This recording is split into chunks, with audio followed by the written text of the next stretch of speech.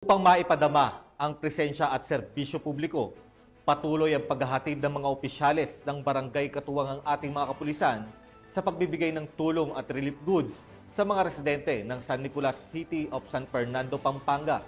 Ibabalita yan ni Patroluman Lixin Reyes sa Weran.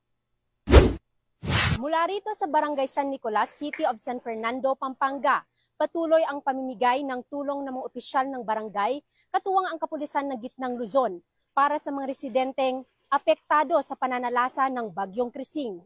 Katuwang ang First Provincial Mobile Force Company ng Pampanga Police Provincial Office at ang Regional Police Community Affairs and Development Unit 3 at ang inisyatibo ng mga opisyal ng barangay sa pangunguna ni Kagawad Michael Huico at SK Chairwoman Kian Chodoro. Hindi alintana ng grupo ang bahang umaabot hanggang lampas tuhod sa kanilang house-to-house na pamamahagi ng tulong.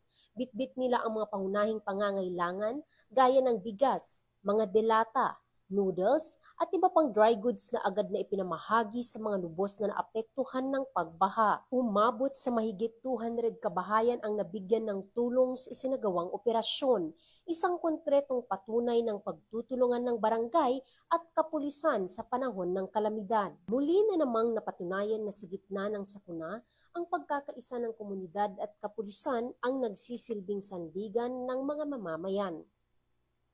Serbisyong totoo sa gitna ng unos. Ako ang inyong PNN correspondent, Patrolwoman Lixin Reyes A. Saweran, alagad ng batas, tagataguyod ng Balitang Pulis.